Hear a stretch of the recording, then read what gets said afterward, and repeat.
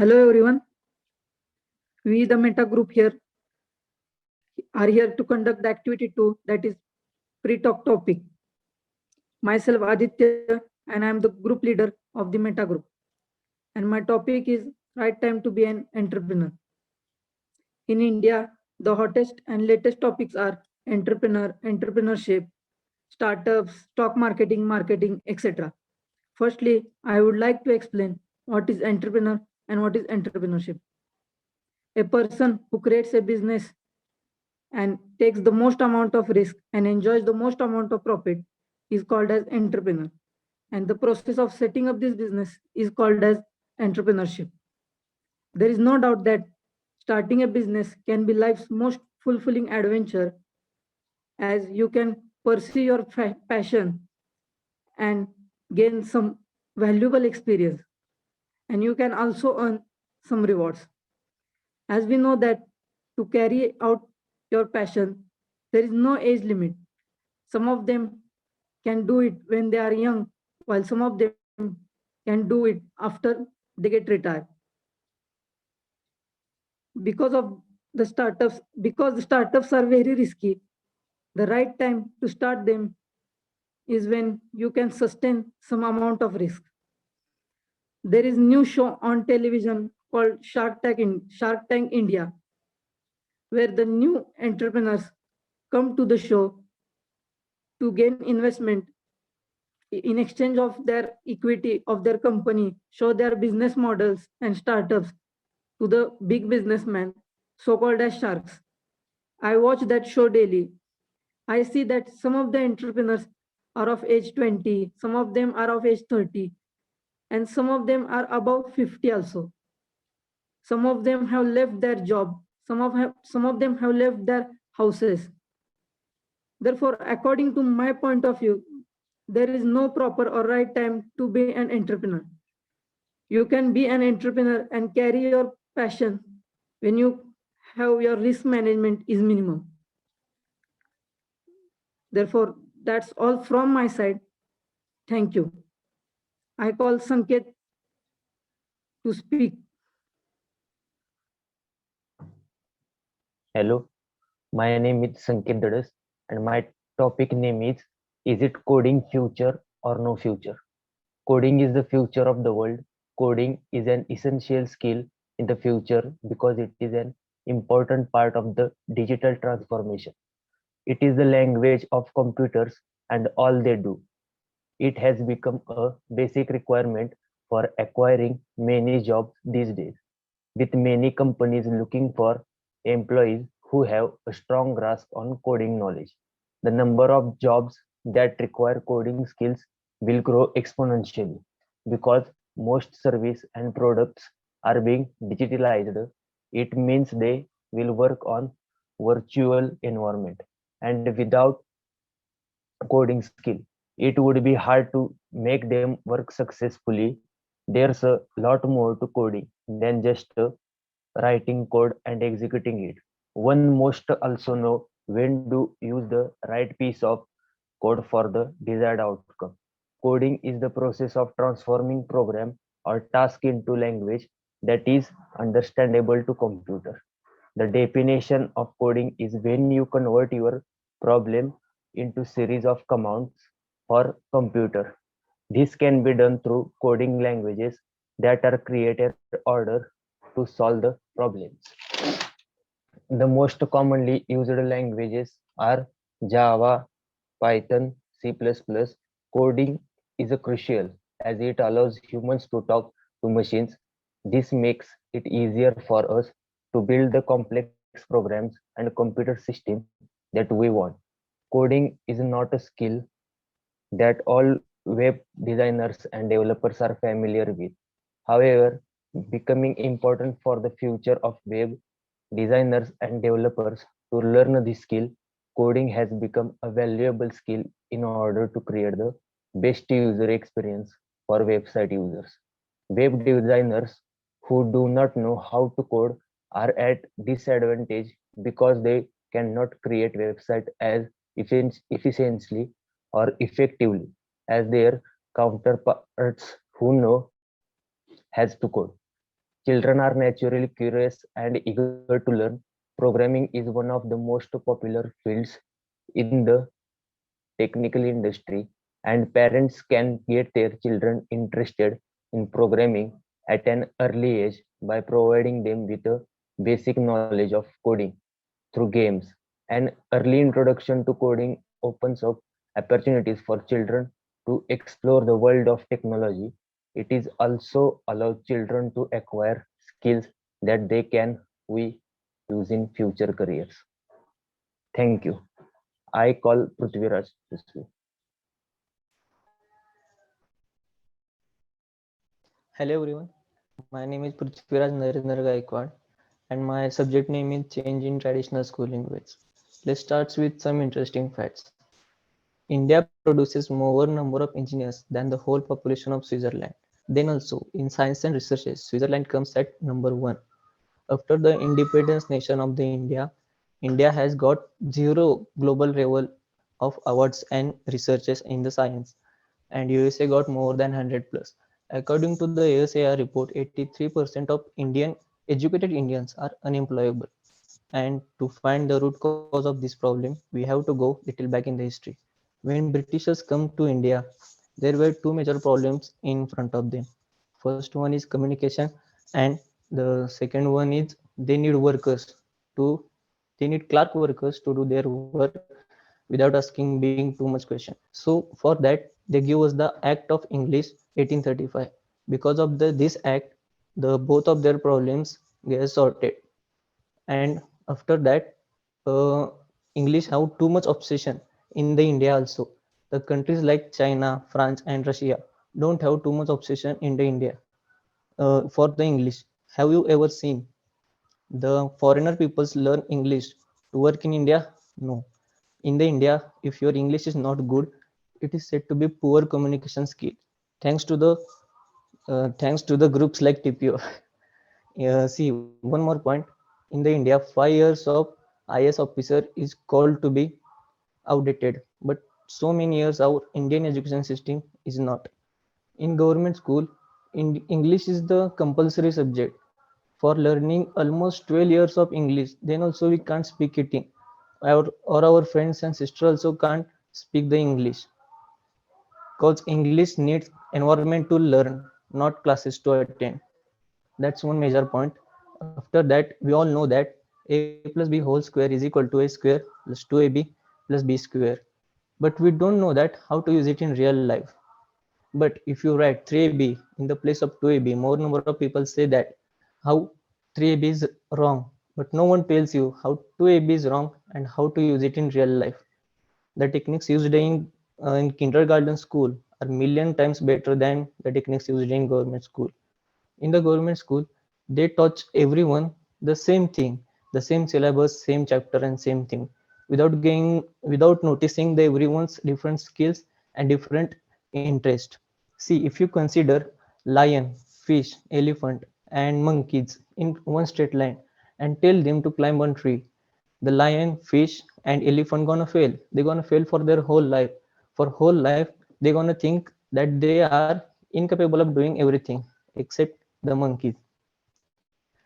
See, the Guru Dronacharya also teaches each and every different thing to different Pandavas, the five Pandavas. They not teach everyone the same skill and same fighting skill. But our Indian government school or Indian education system can't do that. Uh, in the India, one thing I got noticed that our training start from our childhood itself. No, what that means, our father, brother, and every relatives tell that you have to get the good marks and good government job. Then also you are successful in life. Without that, you're gonna fail. And we focus on this part only so that we keep our skills, our rate of interest to one side and run behind the good marks. So this is wrong. If you consider 4 to 5 successful people around you, I can say that they won't become successful because of this educational trap. The peoples like Narendra Modi, Virat Kohli, Amir Khan don't get fall in this educational trap. They learn by themselves, evolve themselves and get successful themselves also. In the India, The one major problem is people spend almost 25% of their lifespan to learn or to educate themselves so that they can go and fulfill the dream of company owners, not themselves. And if you give me examples about the peoples like Satya Nadella and the owner of Google, CEO of Google, these peoples complete their higher education in foreign countries. And one more thing about the English, if you notice the very talented school, very talented students in your class who got 95% or 99% in Sanskrit, but they can't speak in Sanskrit because they use the root learning process, घोकंपट्टी. ते फक्त घोकंपट्टी करतात. ते त्या विषयाचा सारांश लक्षात घेत नाहीत का त्याच्यामधला इंटरेस्ट पण लक्षात घेत नाही. This is the main problem in India's traditional schooling ways. That's all from my side. Thank you. I want Vedant to continue ahead.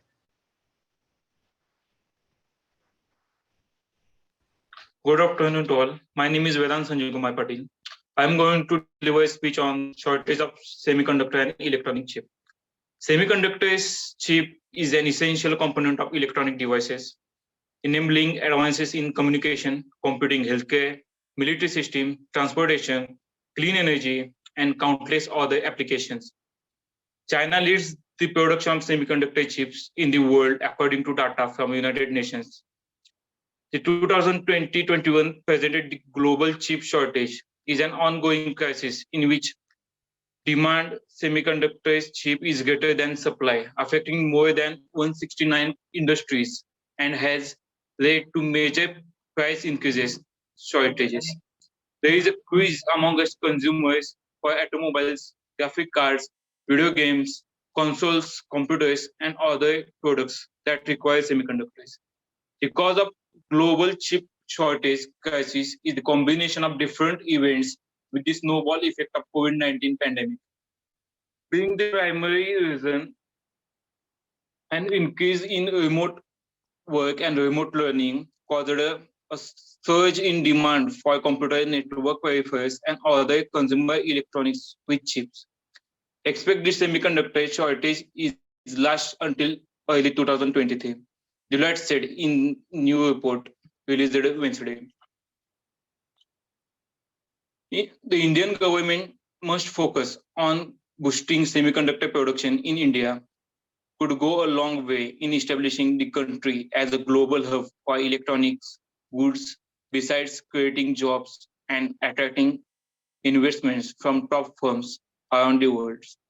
Also, chip production will benefit the India strategically, especially at a time when entire world is facing a shortage of semiconductors. By starting semiconductor chip production in India, it will help the country to reduce import dependency, and it will bring massive investments, and it will create large number of jobs with big amount of revenue. That's all my from that's all from myself. Pawan, speak on. Hello everyone, my name is Pawan Lohpawar and my subject is financial literature. Let me tell you about financial literature. Financial literature can enable an individual to build up a budgetary guide to distinguish what he buys, what he spends, and what he owes. This subject additionally influences entrepreneurs who incredibly add to financial development and strength of our economy. Financial literature helps people in becoming independent and self-sufficient. It employs you with basic knowledge of investment option, financial market, capital budgeting, etc. Understanding your money mitigates the danger of finance fraud like a situation. Few strategies are anything but difficult to accept particularly when they are originating from somebody who is by all account learned and planned. Basic knowledge of financial literature will help people with foreseeing the risk and justify with anyone learn and well informed. Let me tell you about why should we get informed about a financial literature. For budgeting and techniques of budgeting, direct and indirect taxation system, direct tax slabs, income and expense tracking, loans and debts, EMI management, interest rate system, fixed versus floating, business and organizational transaction studies, cash inflow and outflow statement, etc. So financial literature trend in the United States show that financial literature among the individuals is declining, with only 34% of respondents currently answering at least 4 out of 5 questions posted by FINRA on the topic. Financial literature is increasingly important as people manage trade personal asset online and carry student medical credit card and mortgage debt. Financial literature is the compliance of the financial credit and debts management knowledge that is necessary to make financial responsibilities decision choice that are integral to our everyday lives. Financial literature includes understanding how to checking account work, what using a credit card really means, and how to avoid debt. In some financial literature has a material impact on families as they try to balance their budget, buy a home, fund their children educations, and ensure an income for retirement.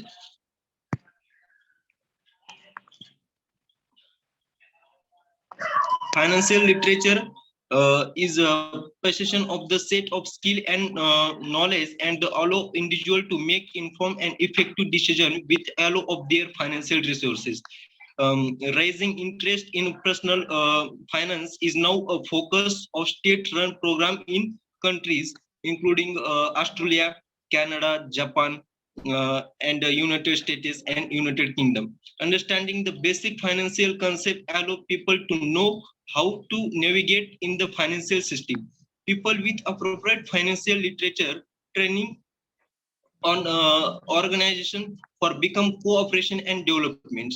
Started in government project in 2003, the objectives of providing way of improve financial education and literature standards through the development of the common financial literature principle. So that says, thank you.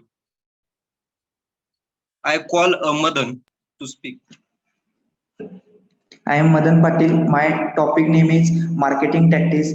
Marketing strategy is the process that can allow an organization to concentrate its limited resources on the greatest opportunities to increase sales and achieve a sustainable competitive advantages. Strategic planning involves an analysis of the company's strategic initial situation prior to the formulation, evaluation and selection of market-oriented competitive position that contributes to the company's goals and marketing objectives. Strategic marketing as a distinct field of study emerged in the 1970s and 80s and built on strategic management that precedes it. Marketing strategy highlights the role of marketing as a link between the organization and its customers. The distinction between strategic and managerial marketing is used to distinguish two phases having different goals and based on different tools. Strategic marketing concerns the choice of policies aiming at improving the competitive position of the firm, taking account of the challenges and opportunity proposed by the competitive environment. On the other hand, managerial marketing is focused on the implementation of specific targets. Marketing strategy is about lofty vision translated into less lofty and practical goals, while marketing management is where we start to get our hands dirty and make plans for things to happen. Marketing strategy is sometimes called higher order planning because it sets out the board directions and provides guidance and structure for the marketing problems. whereas the vision and mission provide a framework. The goals defines target within the mission, which when achieved should move the organization towards the performance of the that mission. Goals are broad and primary. Outcomes were objectives and measurable. Steps taken to achieve a goal on or a strategy. In strategic planning, it is important for managers to translate the overall strategy into the goals and objectives. Goals are designed to inspire action and focus attention on specific desired outcomes. Objectives, on the other hand, are used to measure an organization's performance on specific dimensions, thereby providing the organization with feedback on how well it is achieving its goals and strategies. Thank you. I call Harshal. Hello everyone, my name is Harshal. My topic is Road of Passion to Profession. This means that by following Road of Passion, we can create a good profession in it by taking some important and improvable steps to achieve a better profession. For that strong passion, you need to identify. And passion is like a excitement. Passion should that can we enjoy to do in our careers also. But what is most important is that you need to identify your passion and find ways to keep it alive. Also, passion can translated as an intense desire and enthusiasm for something. By following passion, many people have created better profession in it. For this better level of profession, you need to work on your passion by investing time, by continuous development, and by learning new skills. It will complement to your passion. A good point of passionate people is that they are tend to do more in their passionate area and enthusiastic for their passion. They have positive looks and a good approach to solve problems. Compared to people who are in the profession just for money, they have less approach to problem solving and less enthusiastic. That is, by following passion, it is easy to create a good profession and good profession compared to other people. For that, to create a good profession, we have to first identify passion. Second, work towards passion and accept new opportunities that will help us to move towards our passion. Third is merge passion into profession by finding new opportunities in today's world. Fourth is continue to invest in your passion by learning new skill. This can help us to create a good profession. Now, in this journey of road of passion to profession, by working in our passionate area and creating a good profession in it, the work is like a joyful and interesting experience. That's all from my side. Thank you for giving me this opportunity.